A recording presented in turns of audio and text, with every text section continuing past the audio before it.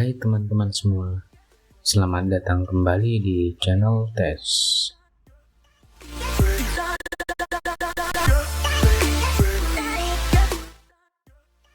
Untuk kamu yang tidak berani memulai sesuatu, kebanyakan orang berada tidak jauh dari titik rata-rata, sampai muncul istilah orang kebanyakan. Bukannya mereka ingin berada di sana, tapi mereka hanya belum bisa bergerak lebih jauh dari titik tersebut. Entah karena mereka malas, belum bisa mengeluarkan usaha mereka dengan maksimal, atau bahkan kebanyakan dari mereka tidak berani untuk memulai. Seakan ada yang berbisik, nanti kalau begini gimana? Kalau begitu gimana? Kalau aku begini, nanti mereka pasti begini. Yang akan membenamkan pikiran. Lama-kelamaan pikiran kita akan semakin liar hingga melibatkan sesuatu yang seharusnya tidak ada hubungannya. Pemikiran yang berlebihan tidak perlu. Itu sangat menguras tenaga yang nantinya akan melemahkan daya juang kita untuk melakukan sesuatu. Lalu bagaimana kita harus bersikap? Apa yang bisa kita lakukan untuk mengatasinya? Yang pertama, ketika pikiranmu berkecamuk hebat, tutup matamu dan berhitunglah. Kemungkinan terburuk akan datang bertubi-tubi di pikiran kita. Keberanian yang sebersih muncul itu bisa saja kandas jika kita tidak bisa mengatasi semua pikiran-pikiran negatif itu.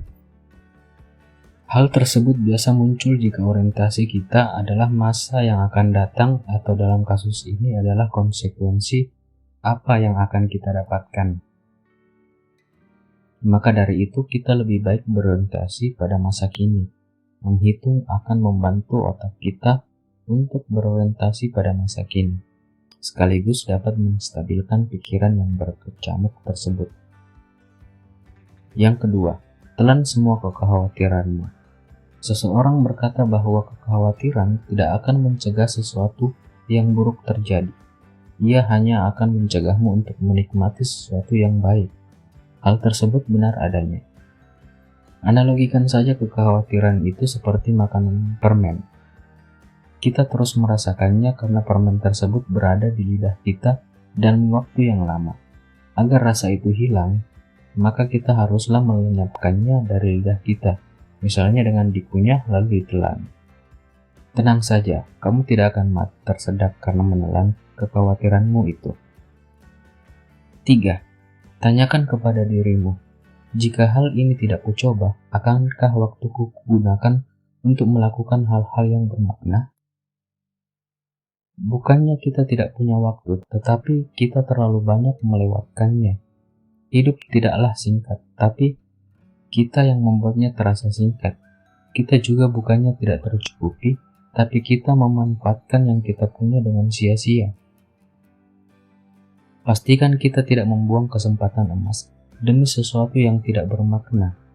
Ya, mungkin saja akan ada kesempatan kedua, tetapi lebih baik jika kesempatan yang kedua kita gunakan untuk dapat membenahi kesalahan dan menerapkan semua pelajaran yang kita dapat di kesempatan pertama. 4.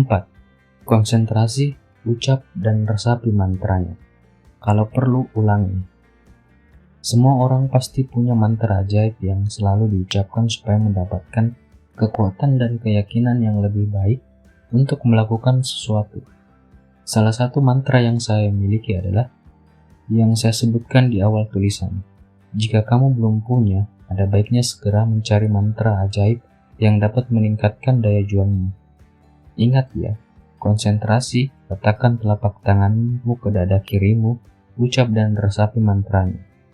Jika kamu hanya sekedar mengucap asal-asalan tanpa dirasakan, maka mantranya tidak akan meresap sampai ke hati.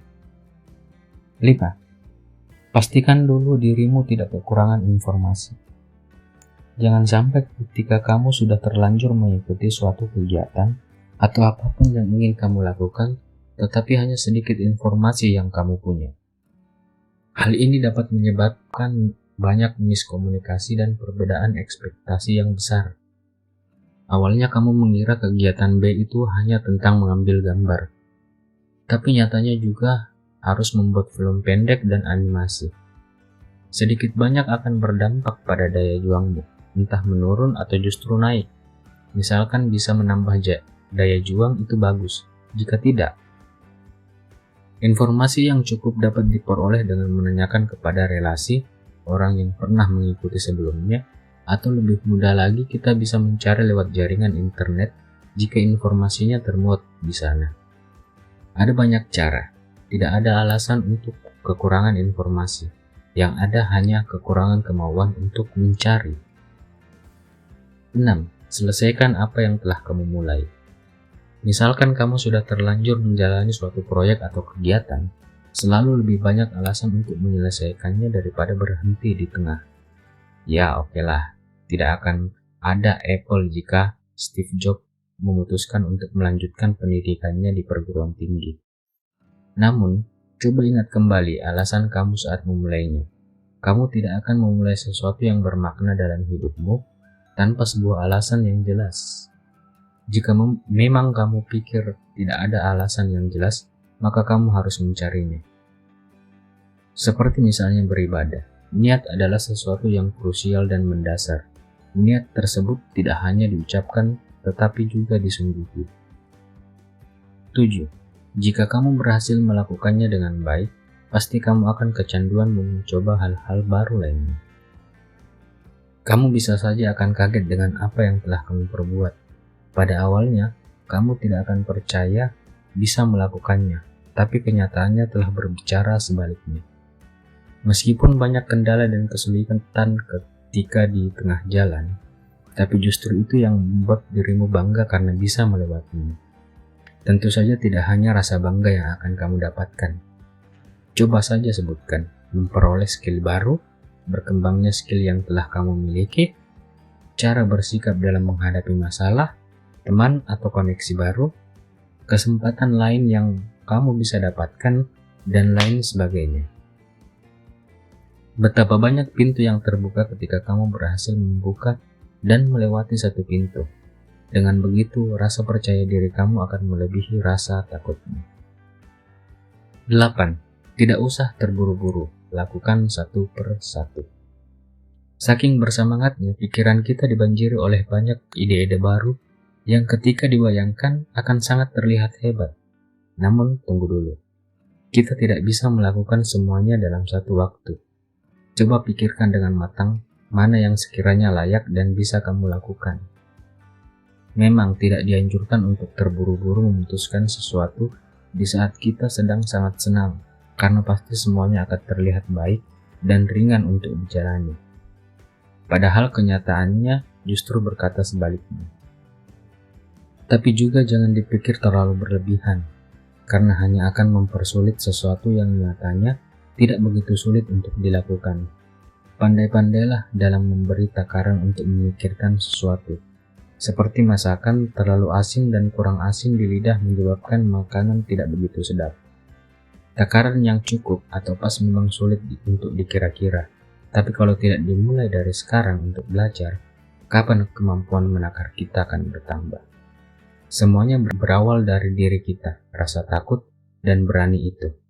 Tidak perlu sampai memutus urat rasa takut yang kita miliki, namun cukup gunakan pada saat yang tepat. Sekian, terima kasih sudah menonton.